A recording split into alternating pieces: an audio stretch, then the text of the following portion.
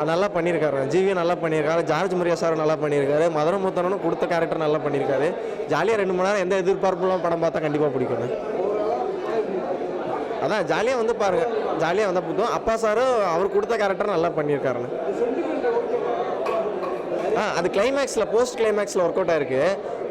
ஒரு ஸ்டோரியும் கடைசியாக ஒரு விஷயம் கனெக்ட் பண்ணுறாங்க. அந்த அப்பா சென்டிமெண்ட்டும் ஒரு சில இடத்துல கனெக்ட் ஆகிருக்குண்ணே. அண்ணே அப்படி பார்த்தா நம்மகிட்ட கதையே இருக்காதுண்ணே. நீங்கள் அப்பா சென்டிமெண்ட் நிறைய வந்துச்சு, அம்மா சென்டிமெண்ட். யூஸ்வலாக ஒரு விஷயம் வந்து நீங்கள் ஏதாவது ஒரு கதை ஒன்று இருக்கும், ஏதாவது ஒரு விஷயம் கனெக்ட் ஆகணும் பர்சனலாக. இப்போ நீங்கள் இந்த படம் பார்க்குறீங்க, ஏதாவது ஒரு சின்ன சீன் நம்ம கனெக்ட் ஆகும், அது கிளைமேக்ஸில் கனெக்ட் ஆயிருக்கு. ரொம்ப ஒரு அழகான படத்தை கொடுத்த டைரக்டர் அண்ட் ஹோல் டீம் எல்லாருக்கும் ரொம்ப நன்றி. First of all Abbas sir, George Mariam sir, GV Prakash எல்லாருமே ரொம்ப அழகாக நடிச்சிருக்காங்க. ஃபர்ஸ்ட் ஹாஃபில் ஹாப்பி ஸ்டார்டிங்காக இப்படி ஸ்டார்ட் ஆனாலும் செகண்ட் ஹாஃபில் வந்து ஒரு ஹாப்பி எண்டிங்கில் ஒரு கண்கலங்க வச்சு ஒரு அப்பானா என்ன, அப்பா சென்டிமெண்ட்னா என்னன்றதை வந்து அழகாக காமிச்சிருக்காங்க. ஸோ இப்போ உள்ள 2K கிட்ஸ் கண்டிப்பாக பார்க்க வேண்டிய படம். இந்த படத்தை கண்டிப்பாக எல்லாருமே பார்க்கணும். நம்ம அப்பா அம்மாவை நம்ம விட்டு கொடுக்கக்கூடாது, யாரையும் பாடி ஷேமிங் பண்ணக்கூடாது, யாரையும் தோற்றத்தை வச்சு எடை போடக்கூடாதுன்றது தான் இந்த படத்தில் சொல்ல வராங்க. தோற்றத்தை வச்சு அவங்களோட கேரக்டர் என்ன, அவங்களோட டேலண்ட் என்னன்றதை வந்து எப்போவுமே யோசிக்கக்கூடாது. ஸோ கண்டிப்பாக எல்லோரும் இந்த படத்தை தியேட்டர்ஸில் பாருங்கள். ஃபேமிலி அண்ட் ஃப்ரெண்ட்ஸ் எல்லோரும் பார்த்து ரசிக்க வேண்டிய படம். ஃபர்ஸ்ட் ஹாஃப் கொஞ்சம் ஓகே, என்னடா ஹாப்பியாக சிரிச்சுட்டே போனாலும் செகண்ட் ஹாஃபில் வந்து என்ன சொல்லணுமோ அதை அவ்வளோ அழகாக வந்து வெளிப்படுத்தியிருக்காங்க. ஸோ இந்த படம் பார்த்துட்டு நீங்கள் வெளியே வரும்போது எல்லாருமே 100% கண் கலங்கி அழுதுட்டு தான் வருவீங்க.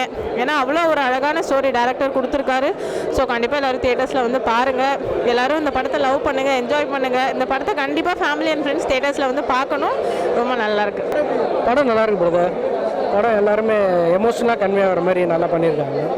ஜிவியோட பர்ஃபார்மன்ஸ் வந்து நல்லா பண்ணியிருக்காங்க. மரியம் ஜான்ஸோட ஆக்டிங் வந்து சூப்பராக பண்ணியிருக்காங்க. ஏன்னா அவரோட தந்தை கேரக்டர் வந்து எல்லாருமே ரிலேட் பண்ணுற மாதிரி இருக்குது. நல்லாவே பண்ணியிருக்காங்க.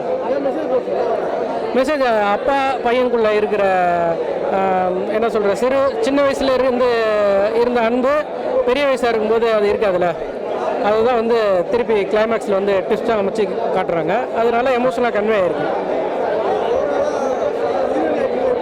ஹீரோயின் நல்லா பெர்ஃபார்ம் பண்ணியிருக்காங்க. லவ்வர் ஆல்ரெடி பண்ணியிருக்காங்களா, அவங்க நல்லா.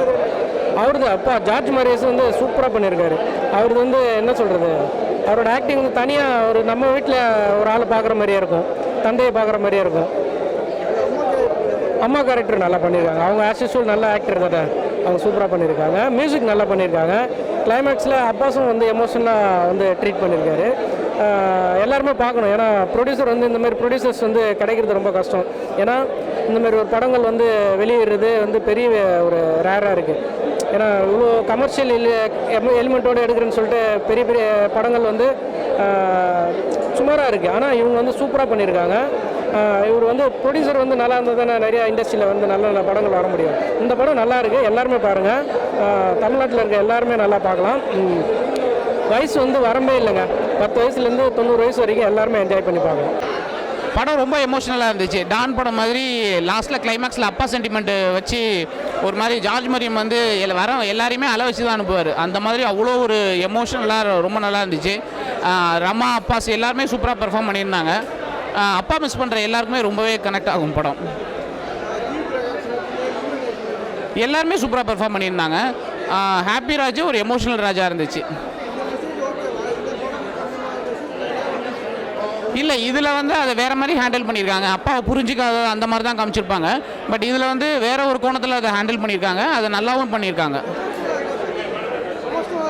ரொம்ப எமோஷ்னலாக இருந்துச்சு. அப்பா மிஸ் பண்ணுற யாராலையுமே படம் முடிச்சுட்டு வெளில வரும்போது அழாமல் வர முடியாது. அந்தளவுக்கு எமோஷ்னலாக இருந்துச்சு. சூப்பராக இருக்குது. அவர் தான் ஹீரோ. அவர் மற்றவங்க எல்லாருமே சப்போர்ட்டிங் ஆக்டருங்கிற மாதிரி அவர் தான் ஹீரோவாக நின்று சோலோவாக பெர்ஃபார்ம் பண்ணுறாரு. சூப்பராக பண்ணியிருந்தார். எல்லாமே மியூசிக்கு எல்லாமே நல்லா இருந்துச்சு, சாங்ஸும் நல்லா இருந்துச்சு. படம் ரொம்ப நல்லா இருந்துச்சு. அண்ட் ஜிவி அண்ணாவோட படம் அப்படின்னா இப்படி தான் இருக்கும்னு எக்ஸ்பெக்ட் பண்ணாமல் வாங்க, கண்டிப்பாக இந்த படம் உங்களுக்கு பிடிக்கும். பிகாஸ் ஃபர்ஸ்ட் ஹாஃபில் ரொம்ப ஜாலியாக ஒரு மாதிரி லவ் சீன்ஸாக இருக்கட்டும், அதே மாதிரி வைபான அந்த ஆடினா இருப்ப சாங்ஸ் அப்படின்னு சொல்லி ரொம்ப நல்லா கொண்டு போயிருந்தாங்க. பட் செகண்ட் ஹாஃப் மட்டும் என்ன ஆயிடுச்சுன்னா ரொம்ப லென்த்தாக கொண்டு போயிட்டாங்களோ, நிறைய இடங்களில் லேக் ஆன மாதிரி ஃபீல் ஆச்சு. இல்லை படம் முடியவே இல்லை அப்படின்னு சொல்லிட்டு. ஆனால் அது எல்லாத்துக்கும் சேர்த்து வச்சு கிளைமேக்ஸை தரமாக முடிச்சிருக்காங்க. அண்ட் எக்ஸ்பெக்டே பண்ணாத அளவுக்கு ஒரு நல்லா எமோஷனலான ஒரு சீன். ஸ்டார்டிங்லேருந்து படம் இப்படி தான் போகும் நீங்கள் கெஸ் பண்ணாலும் அதை ப்ரெசென்ட் பண்ண விதம் ரொம்ப நல்லா இருந்துச்சு. பட் செகண்ட் ஹாஃபாக கொஞ்சம் ஷார்ட் ஷார்ட்டாக முடிச்சிருக்கலாமோ அப்படின்ற மாதிரி நிறைய இடங்களில் போர் அடிக்கிற மாதிரி தோணும் போதெல்லாம் கொஞ்சம் காமெடி சீன்ஸ்லாம் வச்சு ஒரு மாதிரி என்டர்டைனிங்காக கொண்டு போயிருக்கலான்ற மாதிரி தான் சின்னதாக ஃபீல் ஆச்சு.